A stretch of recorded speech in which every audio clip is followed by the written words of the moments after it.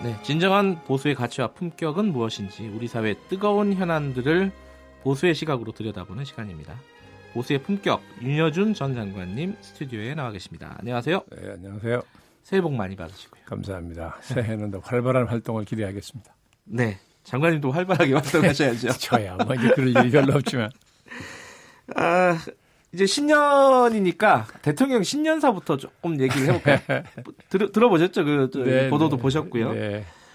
이 신년사에 대한 뭐 해석은 여러 가지가 있겠지만은 가장 큰 거는 경제를 굉장히 강조했다 이거거든요.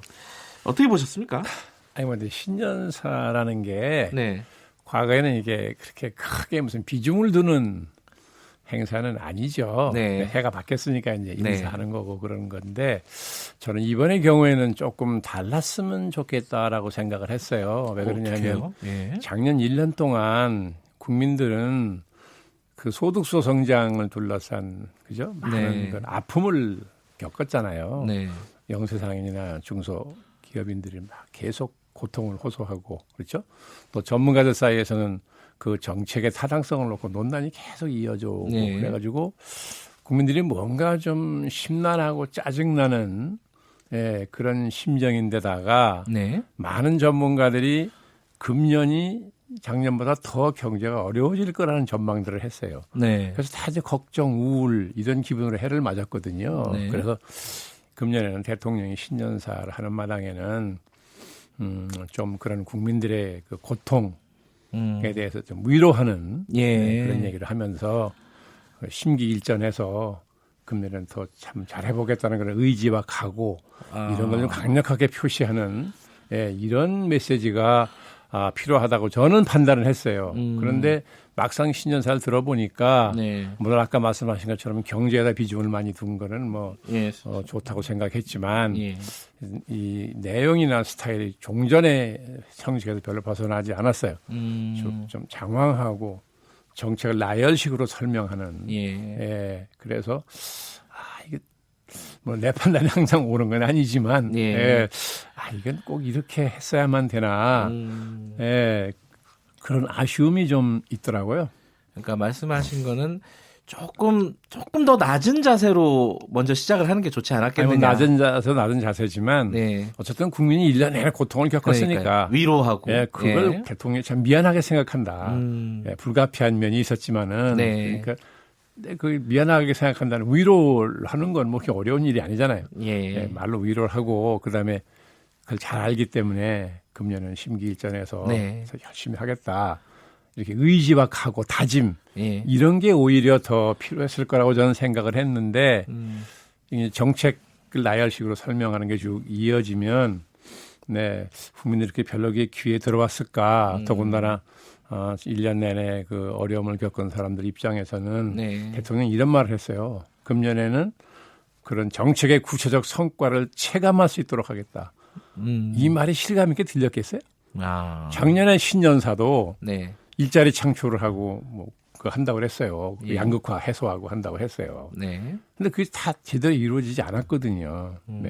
그러니까 하여간 제 생각은 그랬어요. 그래서 좀 많이 좀 아쉽다 하는 그런 느낌 받았습니다. 큰 변화가 없었다. 그 문재인 대통령이 얘기하는 어떤 방식이라든가 정책 기조라든가 이런 부분들이 그렇게 보신 거네요. 근데 지금 사실 근데 뭐 기회는 아직 있어요. 그 목요일 날 기자회견이 있습니다. 연두회견이 있으니까 그게 굉장히 중요하죠. 기자회견은 그러면은 지금 말씀하신 대로 그런 기조로 좀 진행을 하는 게 좋지 않겠나 이렇게 보시는 거네요. 저도 그렇게 생각합니다. 왜냐하면 저도 옛날에 과거에 이제 김영삼 대통령 모시고 있을 때 제가 공보수석 했잖아요. 그래서 연두회견을 이제 준비를 하지 않습니까? 대개 이게 무렵부터 준비를 시작하거든요. 공보수석은 저 같은 경우는 연말 연시를 전혀 못 쉬었어요. 그 준비하는 것 때문에 연초에 회견을 하셔야 되니까. 근데 그게요. 짧은 시간 안에 국정의 거의 모든 분야를 언급을 하게 되거든요. 그거 관행은 그래요. 그러니까 사실은 어떤 중심적인 메시지를 내보내기가 쉽지는 않습니다. 그러니까 이게 과거 스타일을 반복할 것이냐 아니면 확 바꿀 것이냐는 것도 청와대가 판단을 해야 되겠죠.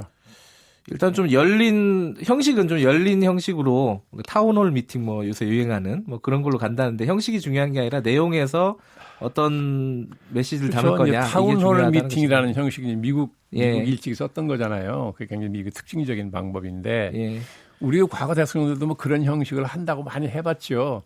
근데 우리는 안 돼요. 왜 안 돼요? 우리는? 미리 다 각본을 짜가지고 하니까. 각본 안 짠다고 이번에 아니 물론 뭐 질문 답변까지 미리 짜는 건 아니겠지만 나름대로 참모들은 대통령이 실수를 두려워하니까 그 막으려고 애를 쓰잖아요. 그러다 보면 이제 열심히 그런 걸 챙겨서 그리고 아직은 우리 분위기가 대통령 앞에서 그렇게 자연스럽게 얘기하고 그게 안 되잖아요. 그러니까 대통령이 그런 것도 계속 노력을 해야죠. 풀어주기 위해. 자, 근데 지금 뭐 기자회견은 목요일 날 하는데 그 전에 화요일 날쯤에 일부 청와대 수석들 비서실장을 비롯한 수석 비서관을 좀 진용을 좀 교체를 하겠다. 화요일은 내일이네요. 내일이에요. 내일인데 지금 얘기 나오는 거는 비서실장하고 정무수석 그리고 국민소통수석 뭐 이 정도 얘기 나오는데 민정수석 얘기는 안 나오는 거 보면 아마 유임이 되는 것 같고요. 민정수석은 못 바꾸겠죠. 이거 기억하세요? 작년 말에 왜 한참 김태호 수사관 시끄러울 때 조국 수석을 교체하라는 그런 야당 언론도 그런 주장을 많이 했잖아요. 근데 그때 못 바꾼다고 여당 의원들이 바꾸면 안 된다고 그 방어하는 보호하는 말들을 많이 했는데 그중에 민주당 어느 중진 의원이 한 말이 있어요. 뭐라고 했죠? 조국 수석은 못 바꾼다. 왜냐? 촛불의 상징이라고 그랬어요. 제가 그걸 신문에 보고 깜짝 놀랐어요. 이게 내가 전혀 몰랐던 사실이구나. 이 정권은 촛불 정권이라고 그랬습니다. 애초에 촛불 정권의 광화문 대통령이라고 그랬어요. 문재인 대통령 자기 입으로 그랬거든요. 근데 촛불의 상징이 조국 수석이다? 이게 여당 중진위원회 말이면, 이게 집권 세력 내부에서는 조국 수석의 위상이 촛불의 상징이 뭐야구나 하는 걸 제가 느꼈어요. 그래서 내가 전혀 모르고 있던 사실인데 그렇다면 조국 수석은 못 바꿔요. 촛불의 상징인데 촛불 정권이 어떻게 바꿔요? 그러면 저번에 근데 윤 장관님께서 그 말씀을 하셨어요. 인적 쇄신의 타이밍을 놓친 것 같다. 특히 이제 청와대. 그럼 지금 이제 교체하는 부분에 대해서는 어떻게 평가를 하세요? 아니 뭐 연초에도 할 수 있죠. 과거에도 연초에 많이 했어요. 했는데 뭐 이왕이면 연도회견하기 전에 연도회견이라는 게 이제 새해를 맞아서 금년에 국정을 어떻게 이끌어가겠다라는 걸 국민에게 보고하는 자리잖아요. 그러니까 그 국정 수행을 새롭게 보좌할 진용을 이제 앉혀놓고 하는 게 물론 뭐 좋겠죠. 그렇게 한다고 하더라고요. 그러니까 이제 당연히 뭐 목요일날 회견이면 그 전에 하겠죠. 그러니까 뭐 지금 뭐 늦었지만 지금 교체하는 건 타이밍상으로는 뭐 적절하다. 그렇죠. 그죠? 뭐 연초에 당연히 해야죠. 작년에 못했으면. 근데 지금 이제 거론되는 사람들을 좀 얘기를 해보면요. 노영민 대사가 비서실장에 거론되고 있고요.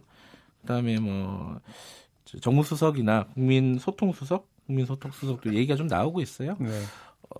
뭐 아까 이제 박지원 의원 같은 경우에는 이렇게 얘기를 하시더라고요. 친문 일색은 반대하지만은 측근은 일정 정도 뭐 있어야 되지 않겠느냐. 뭐 그런 어떤 친문 일색만 하지 않는다면은 적절하게 좀 배합해서 하는 게 좋겠다. 뭐 이런 말을 했는데 윤 장관님은 어떻게 보십니까? 대통령이 돼 보면 딱 몇 자리는 정부 안에 몇 자리는 반드시 측근이래야만 되는 자리가 성격의 자리가 있어요. 그렇지만 뭐 정무수석이나 홍보수석이 꼭 측근일 필요는 없고 오히려 그 분야의 전문성이 뛰어난 사람이 낫겠죠. 그 자리에 가면 최선을 다하게 마련이에요. 사람은 꼭 뭐 신문이래야만 뭐 대통령한테 충성합니까? 그런 거 아니라고. 아주 그 어린애처럼 생각하는 거예요. 그거는. 그러니까 그런 걸 탈피해서 적재적소로 쓰면 되는 겁니다. 왜냐하면 공직이라는 게 국민을 대신해서 국가 권력을 행사하는 자리 아니에요. 철저한 인사 원칙이 있어야 돼. 뭐냐? 적재적소의 원칙이에요. 그것만 지키면 반문이야 쓸 수 없겠지만 그렇겠죠. 꼭 신문이라고 분류 안 되는 사람이면 어때요? 근데 친문이라는 뭐랄까 딱지가 중요하지 않다. 중요하지 않은 게 아니라 저는 가능한 한 피해야 된다고 생각해요. 가능한 한 피해라. 왜냐하면 그렇게 사고방식과 행동양식 같은 사람끼리 모여 있으면 대통령이 저는 새로운 생각을 하기 어려워요. 오히려 가능하면 피해라. 다양한 의견을 대통령이 들어야죠. 참모도. 그런 측면에서 보면 아까도 말씀을 하셨는데 조국 수석이 촛불의 상징이다. 뭐 여러 가지 뭐 그럼에도 불구하고 이제 적재적소일 수도 있고 아닐 수도 있고 뭐 판단에 따르겠지만은 조국수석 교체 뭐 촛불의 상징으로 보고 이런 부분들은 아까 정확하게 말씀을 안 하셨는데 어떻게 보고 계신 거예요? 놀랬다고만 말씀하셨는데. 놀랐어요. 왜냐하면 저는 조국 수석을 촛불의 상징이라고 생각해 본 일이 없거든요. 제가 워낙 정보가 어두워서 그랬는지 몰라도. 그러니까 아니라고 판단하시는 거잖아요. 그렇게 말씀하시면은. 저는 상식적으로 납득이 안 가는 거죠. 왜 조국 수석이 촛불의 상징이 돼야 됩니까? 내가 제 주변에 촛불 집회에 한 번도 안 빠지고 나가는 사람들이 꽤 있어요. 그 중에는 부부가 대학 교수인데 그 부부가 한 번도 안 빠지고 나갔고 그 집회가 끝나는 새벽까지 있던 분들이 있어요. 근데 그분은 전화 걸어가지고 물어봤어요. 조국 수석이 촛불의 상징이라는데 그때 화를 팍 내는 거예요. 이거는 촛불에 참여한 사람에 대한 모독이다. 아니 근데 그거는 그 여당 중진 의원의 그냥 개인적인 의견일 수도 있는 거잖아요. 글쎄 개인적인 의견이라도 그게 뭐 터무니없는 것인지 아닌지 제가 알 길이 없어요. 그러나 그게 공개적으로 발언을 했고 언론에 보도가 됐어요. 그런데 그 뒤따라 아무도 여권에서 그게 그 사람의 사견이라는 얘기 한 사람이 없어요. 어마어마한 얘기를 했는데 이 촛불 혁명이라고 우리가 그러잖아요. 촛불 혁명의 상징이 조국 수석이다 그렇게 얘기했는데 여당 중진 의원이 여당이고 청와대고 어디서도 누구도 개인의 의견이라고 얘기한 사람이 없어요. 그럼 대개 다 인정한다는 얘기 아니에요? 촛불의 상징은 일단 기본적으로는 뭐 문재인 대통령이겠죠. 일단 그 국민들이 저도 상식적으로 촛불 정권의 광화문 대통령이고 그러니까 상징이라고 굳이 얘기한다면 뭐 문재인 대통령 정도 아닐까 하는 그냥 막연한 그런 생각은 있었지만은 저는 뭐 촛불의 상징을 따로 생각해 본 일은 없고요. 조국 수석은 촛불의 상징이라고 얘기하기에는 좀 핀트가 어긋났다, 포커스가 어긋났다, 혹은 뭐 과하다 이런 말씀이신 거네요. 그러니까 제가 놀랬다는 거죠. 저는 전혀 상상 안 하고 있다 들었으니까. 개인 얘기에서 좀 그런데 이 얘기는 좀 짚어봐야 되는데 시간이 많지 않아갖고 좀 짧게 짚어볼게요. 그 김태우 전 수사관하고 신재민 사무관 얘기가 굉장히 복잡하게 진행이 되어 왔어요. 지금 약간 좀 잦아드는 분위기긴 한데. 일을 자초지종을 가만히 보니까 뭐 그렇게 복잡한 일도 아니더만 그 대응을 복잡하게 만든 거잖아요, 그거. 대응이 잘못됐다고 보세요? 그럼요. 일 자체는 간단한 일인데. 뭐 김태우 사무관 경우는 얘기는 지난번에 말씀드린 기억이 나고 신재민 사무관의 경우도 나중에 전문가들 얘기 들어보니까 뭐 국채를 매입하고 안 하고가 한국 경제에 별 큰 영향을 안 주는 문제라는 거 아니에요. 그다음에 신재민 사무관 주장은 청와대가 외압을 넣었다는 거 아닙니까? 압력을 넣었다. 근데 저는 거기에 동의하지 않는 게 청와대는 국가 정책을 조율할 권한이 있어요. 각 부처의 정책을 대통령 책임자라는 게 그거 아니에요. 청와대가 조율할 권한이 있다고요. 그래서 과거에도 보면 부처하고 청와대하고 생각이 달라가지고 시원한 논쟁한 경우가 많이 있어요.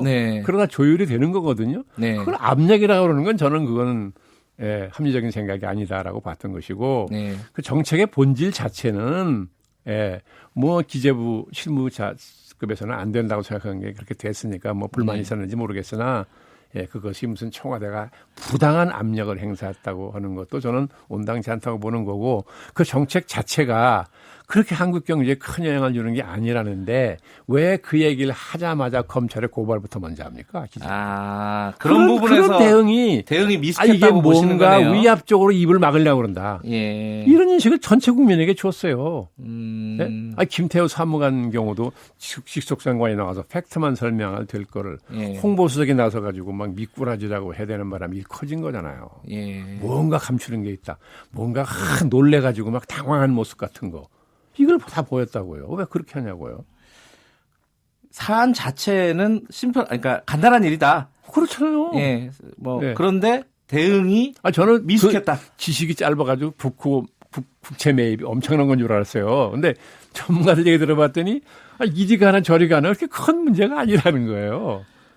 여전히 뭐 좀 문제가 있다고 여기는 시각도 있긴 해요. 근데 이제 뭐 야당은 강하게 그런 생각을 갖고 있고 그렇게 막 엄청난 경제에 막 영향을 주는 게 아니라는 거죠. 근데 그걸 왜 그렇게 막 대만하고 막 검찰에 고발을 하고 또는 여당 의원은 또 막 인신공격을 해야 되고, 기재부 전직 사무관이 그렇게 한 걸, 뭐 여당 의원이 나서가지고 인신공격을 해요? 그 키웠죠. 그래가지고 일을 더 악화시켰잖아요.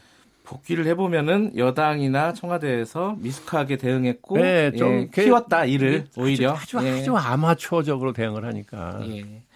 알겠습니다. 그렇게 생각하시는군요. 저도 뭐 조금 힌트가 됐습니다. 제가 생각을 정리하는데. 자, 여기까지 듣겠습니다. 고맙습니다. 네, 감사합니다. 보수의 품격 윤여준 전 장관님이었습니다.